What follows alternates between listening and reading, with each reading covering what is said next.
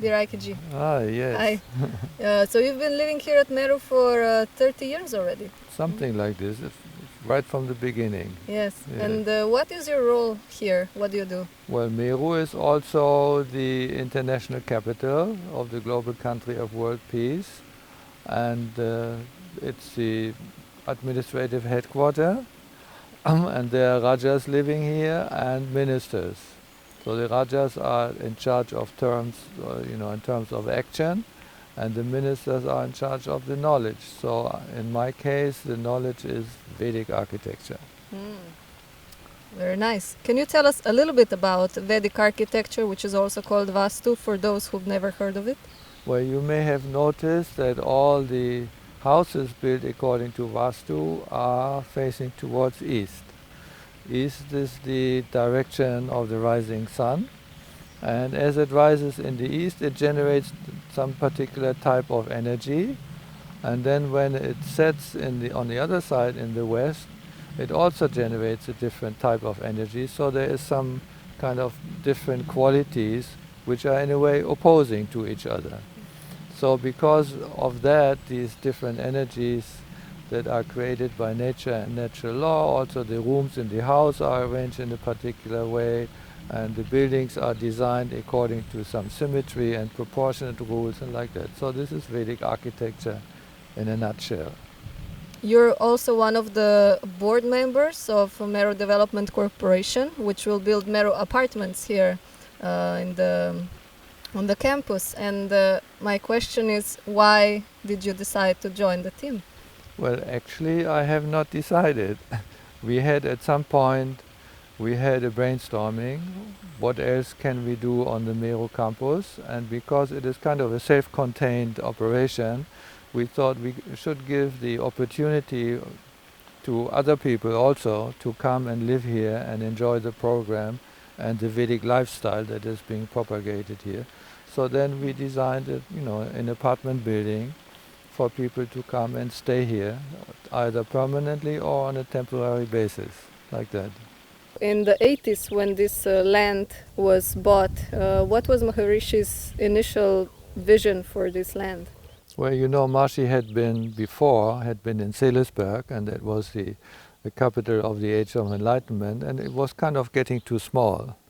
So then he was looking for a bigger place. He had been to India also in between. So when this place became available, it's a lot of land, and it has beautiful location in the midst of this nature reserve of 10 million trees, and it's completely unique, located in the center of Europe. So it suited us very well, and we moved in immediately with Purusha. It was a Purusha capital in the beginning. And then Maharishi came, and then all kinds of actions developed. But that is basically his international headquarters, where all the knowledge, the tapes, the video, the teaching, the faculty, and everything was here. And we were producing. We had big satellite dished and broadcasting all over the world Maharishi's knowledge programs. So we're going to take a look at the MERU master plan, which buildings have been built, which we're still planning to build, and you're going to present it to us in the next few minutes. Okay, that's great. When looking at the model of the MERU master plan, we easily understand its central symmetry, which is based on the location of Maharishi's Peace Palace on one side, Maharaja's Peace Palace, and the Maharishi Tower of Invincibility between these two. It thus reflects the intrinsic structure and function of the international capital of the global country of world peace in terms of knowledge, Gyan Shakti, and administration, Kriya Shakti, coming together in the 12-story exhibition tower in the center. On the aerial photograph we see, behind Maharishi's Peace Palace, the built-up area on the northern side, with houses for Rajas and Rajrajeshwaris, whereas the other side is still relatively unbuilt. That side is still in the planning or pre-construction stages. These different phases are shown on the master plan in different colors. Phase 1 in pink shows the already completed buildings, which is Maharishi's Peace Palace in its garden Vastu with flowers and fountains. Then behind the block of 12 Raja homes and offices, mostly of 1 story, with 2 and even 3 stories in the last row. The 3 exquisite buildings for the Rajeshwaris, including the Mother Divine Villa. All the way in the back touching the forest, there are 12 homes for senior administrators, and the MERU International Film and Tape Library and Production, which is the tallest building on the campus. Phase 2 is shown in red color, to be finished in the next 2 years or so. The first 2 new Raja buildings will be there, of 1 and 2 stories. A large MERU administrator's residence with accommodation for 72 MERU personnel. Then the operations building with offices and workshops for the operations team. And the MERU apartment building with about 25 luxury units, and it will have its own forest park and 1 yogic flying hall. Now phase 3 is indicated in blue. There will be more new Raja homes and offices, maybe 5 of them, again of 1 and 2 story variations. Then the Institute of Maharishi's Vedic Science with a 30-room course facility and the Maharishi Ayurveda Health Center. These are 2 buildings side by side. Then the building for a group of 50 Purusha and the Mother Divine building for about 24 Rajeshwaris and Mother Divines. Then the Annapurna building providing food services, but also serving as a student center and internet cafe. The second yogic flying hall then, so that we are complete with 1 hall for men and 1 for ladies. The final phase, phase 4, is shown in yellow. That is the Maharishi Tower of Invincibility. Then Maharaja's Peace Palace, which is then also for top-level administration of the global country of world peace. Then the central building of the campus, very large, dedicated to the administration of the 12 ministries of the global country of world peace, and a large assembly hall for delegates of all the 192 countries of the world. So this MERU campus is very special. It is located in the deep forest of protected nature area and a peaceful island in the heart of Europe.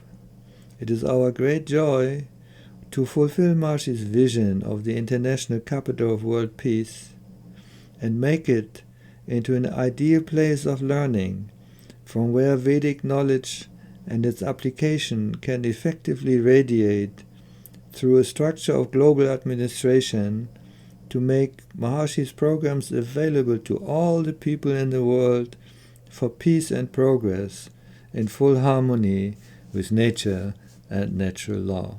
So Eike, tell us a little bit about Vastu communities. What are they? What is their purpose and the benefits of living in them? Well, in the Vastu community, all houses are built according to Vastu, and the effect that Vastu creates is called Vastu Shanti. Vastu Shanti means peaceful living, harmonious living, with great success and beautiful lifestyle. So all that gets multiplied when many people are living together. Mm-hmm. So this becomes a Vedic lifestyle community. And we have our program together. So in the Vastu community, we always try to have a peace palace in the center. That is like a clubhouse, you know. We have all our activity, knowledge, the celebrations, everything, and, you know, dining halls, everything is there. Like the Peace Colony, Maharishi Garden Village, it's called. in Rendlesham, which has a great peace palace in the center.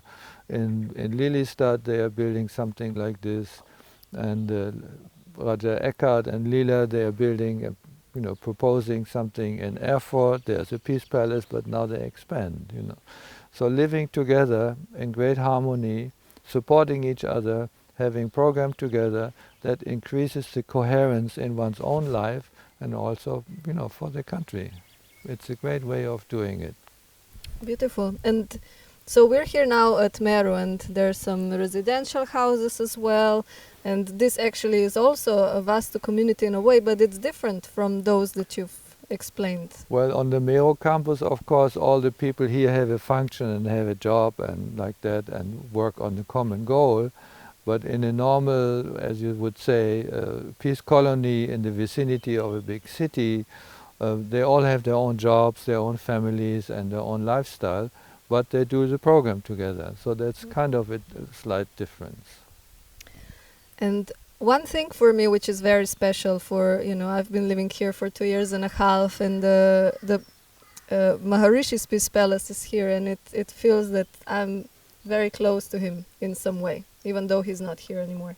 Well, in Maharishi's Peace Palace, it is now given to the Vedic Pandits, so the Veda is living always here, and we have the celebrations according to the Vedic calendar, and anybody who lives here is always invited to participate. So this is a great place. Every day there is a yajna being performed by the Vedic Pandits. So the influence here in this place is much stronger than in any other place, of course. But that's the speciality of the MERU campus. What would you like to tell to those who are thinking about coming to live here at MERU to have their Vastu apartment? Well, welcome. It's really a lot of fun to live here because we are basically in a recreational area. And there are lakes in the vicinity, you can go swimming, you can go boating. There are tennis clubs, we all go and play tennis. You're invited to play with us. The golf club is very close by. We are living in a clearing in the forest. It's unbelievable how quiet and how safe and beautiful this place is. We are making more and more gardens. We are opening the area, the fences to include a whole big chunk of the forest as a forest park, cultivated very nicely, especially for the people who are living in the apartment building. So it's really a lot of fun to be here with your friends and with us and your family.